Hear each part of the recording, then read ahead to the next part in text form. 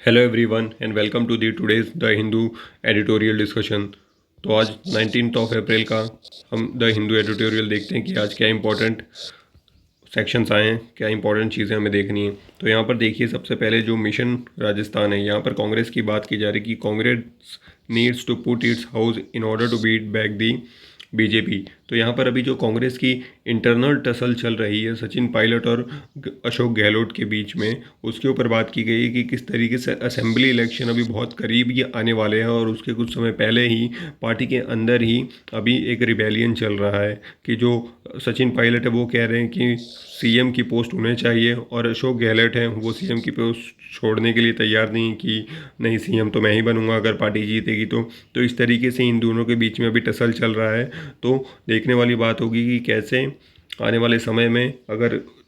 इनकी जीत होती है या बीजेपी की जीत होती है, अगर इनकी होगी तो कौन सीएम बनेगा, क्योंकि यहाँ पर जो पायलट हैं वो भी काफ़ी फेमस हैं और जो अशोक गहलोत हैं उन्होंने भी अभी काम करके अपनी प्रसिद्धि काफ़ी फैला रखी है, क्योंकि उन्होंने अभी हेल्थ केयर के अंदर काफ़ी काम किया है और भी दूसरी जगहों पर किस तरीके से पॉपुलैरिटी गेन करनी है, किस तरीके से लोगों के दिलों में अपनी जगह बनानी है, उसके ऊपर उन्होंने काफ़ी काम किया हुआ है। तो देखते हैं कि आने वाले समय में क्या रहता है।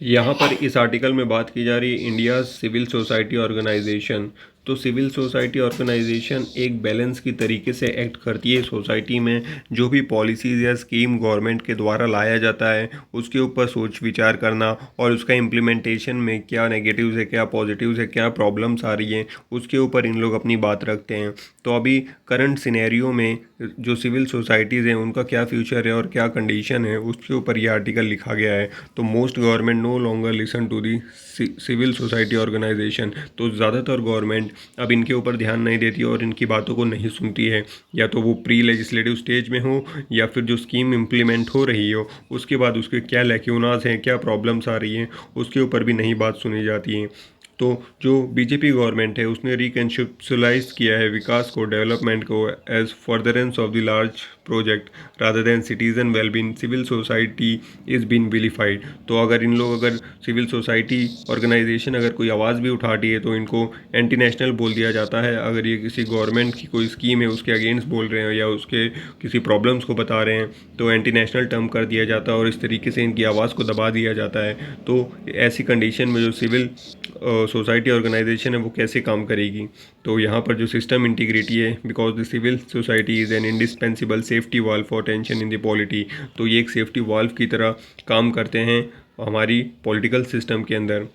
ए ड्रास्टिक स्ट्रक्चरल एडजस्टमेंट। तो यहाँ पर जो बीजेपी है उन्होंने अभी फॉस्टर कर रहे हैं new civil society for new India. तो यहाँ पर बेसिकली यहाँ पर संघ परिवार को ही बोला जा रहा है कि जो संघ है उसको ही अभी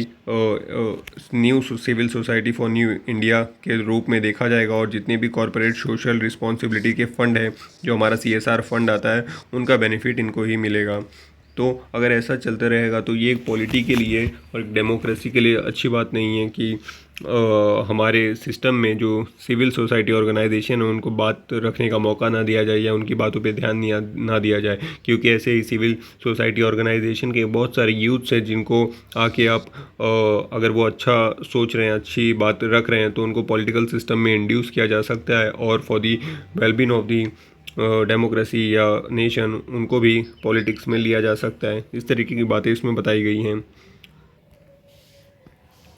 यहाँ पर एक मैसेज है प्लानर्स के लिए जो डील कर रहे हैं कि किस तरीके से चाइना से डील करना है। तो यहाँ पर ये बोला जा रहा है कि चाइना ने रिसेंटली मूव किया है जो अरुणाचल प्रदेश के काफ़ी जो विलेजेस हैं उनका नाम जो है उसको चेंज करके रीनेम किया था। तो उसके बाद China wants to keep India China relation pot simmering, मतलब वो हमारे जो रिलेशन है उसको गर्म ही रखना चाहता है और शांति कायम रखने के लिए नहीं काम करना चाहता है, ऐसी बात बोली गई है। As neighbouring countries and major emerging economies China and India have far more common interest than differences. मतलब हमारी जो हैं कॉमन इंटरेस्ट ज़्यादा है, डिफरेंसेस कम है। We also have beside naming farce and denial of the visa to some Indian media personal who the Chinese consider to be unhelpful. China की तरफ से बहुत सारे इंडिया के जो मीडिया पर्सन थे उनको भी वीज़ा नहीं दिया गया है। तो ऐसी कुछ मलेशियस हरकतें जो है चाइना के द्वारा शो की जाती है और यहाँ पर ये भी बोला जा रहा है कि किस तरीके से आने वाले समय में हमें चाइना से लड़ने के लिए तैयार रहना चाहिए, चाइना को डेटर किया जा सके, इस तरीके से हमें खुद का जो कैपेसिटी है उसको बढ़ा के रखना पड़ेगा। As a power it is not just processing capability but also about the capacity to last the distance. India's defence acquisition plan need to be oriented. जो डिफेंस एक्विजिशन प्लान है उसको ओरिएंट करने के लिए ज़रूरत है, और हमारी जो इंडियन एयरफोर्स है उसका एक काफ़ी अहम रोल रहेगा डेटरेंस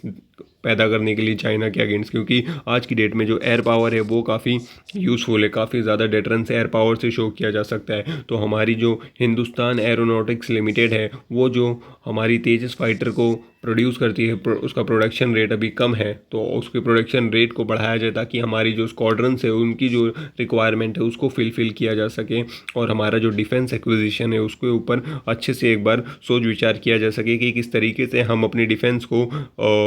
जो रिक्वायरमेंट है उसको प्रोक्योर कर रहे हैं। और यहाँ पर ये भी एक कोट किया गया है कि 1986 में जो टाइटल मॉरल प्रिंसिपल था एंड स्ट्रेटेजिक इंटरेस्ट, इसमें जो यूएस के सेक्रेटरी थे स्टेट जॉर्ज शल्ट्स, इन्होंने बोला था कि interlocution for advancing national interest set the negotiations are an euphemism for capitulation if the shadow of the power is not cast across the bargaining table. अगर table के दोनों side power same नहीं है तो फिर उस बातचीत का, उस इंटरलोक्यूशन का, उस नेगोशिएशन का कोई मतलब नहीं निकलता, क्योंकि उसमें जिसके पास पावर होती है वो टेबल पे गन लेके बैठता है, और जिसके पास पावर नहीं होती है, कोई कार्ड नहीं होता है खेलने के लिए, उसके लिए नेगोशिएशन सिर्फ एक इल्यूजन मात्र है। ठीक है, तो ये एक पर्टिकुलर चीज़ इंडिकेट कर रहे हैं और एक मैसेज दे रहे हैं कि किस तरीके से हमें अपनी स्ट्रेटेजिक पावर, हमें अपनी डिफेंस पावर बढ़ा के रखनी चाहिए ताकि हम चाइना को एक डेटरेंस दे सकें। यहाँ पर अभी मुंबई में जो नवी मुंबई के यहाँ पर हीट वेव के तहत 12 लोगों की डेथ हुई थी, उससे रिलेटेड एक आर्टिकल दिया गया है कि किस तरीके से वहाँ पर इतनी गर्मी थी लेकिन फिर भी जो वेदर स्टेशन था, वो मेट्रोलॉजिकल डिपार्टमेंट था, उनके द्वारा इंडिकेशन नहीं दिया गया कि ऐसा ही वहाँ पे सीन हो सकता है, इतनी हीट वेव है, इतनी गर्मी है तो ऐसा इंसिडेंस हो सकता है। तो यहाँ पर lack of awareness by the meteorological department और वेदर स्टेशन के द्वारा फैलाने में बोली गई है, और वहाँ पर जो वेदर स्टेशन था उस इलाके के आसपास मौजूद भी नहीं था कोई, इसलिए ये एक इंडिकेशन है कि किस तरीके से कोई ऐसा बड़ा इवेंट हो रहा हो तो उसको किस तरीके से सीरियसली लेके इन सब चीज़ों को भी ध्यान में रख के जो ऐसी और सेरेमनी है उसको ऑर्गेनाइज़ करना चाहिए, क्योंकि ये काफ़ी एक दुखद इंसिडेंस था जहाँ पे एक तरफ महाराष्ट्र भूषण सम्मान दिया जा रहा था धर्माधिकारी जी को, वहीं दूसरी तरफ इतने सारे लोग धूप में खड़े थे और उसी में 12 से 13 यहाँ पर 13 लोगों की डेथ हो चुकी है। तो एक काफ़ी अनफॉर्चुनेट इवेंट देखने मिला था। इस आर्टिकल में अभी वन मीडिया केस के बारे में बात की जा रही है कि वन मीडिया को किस तरीके से अभी लाइसेंस कैंसिल कर दिया गया था। उन्होंने जो एक केस हुआ था कि सील्ड कवर माल प्रैक्टिस के अगेंस्ट में वो केस हुआ था, तो उसमें वन मीडिया जो टेलीविज़न है उनका जो लाइसेंस है वो कैंसिल कर दिया गया था। तो यहाँ पर जो राइटर है वो बोल रहे हैं कि किस तरीके से जो फ्रीडम ऑफ एक्सप्रेशन है उसका हनन हो रहा है, और ये चीज़ें प्योर डेमोक्रेसी के लिए सही नहीं है, और पीपल को अपना व्यू रखने का और एक्सप्रेस करने का हमें फंडामेंटल राइट है। तो ये एक आर्टिकल इसके बारे में पूरी बात कर रहे हैं। दैट्स इट, इतना ही था आज के पूरे एडिटोरियल में। अब मिलेंगे हम कल के एडिटोरियल में। चलिए बाय।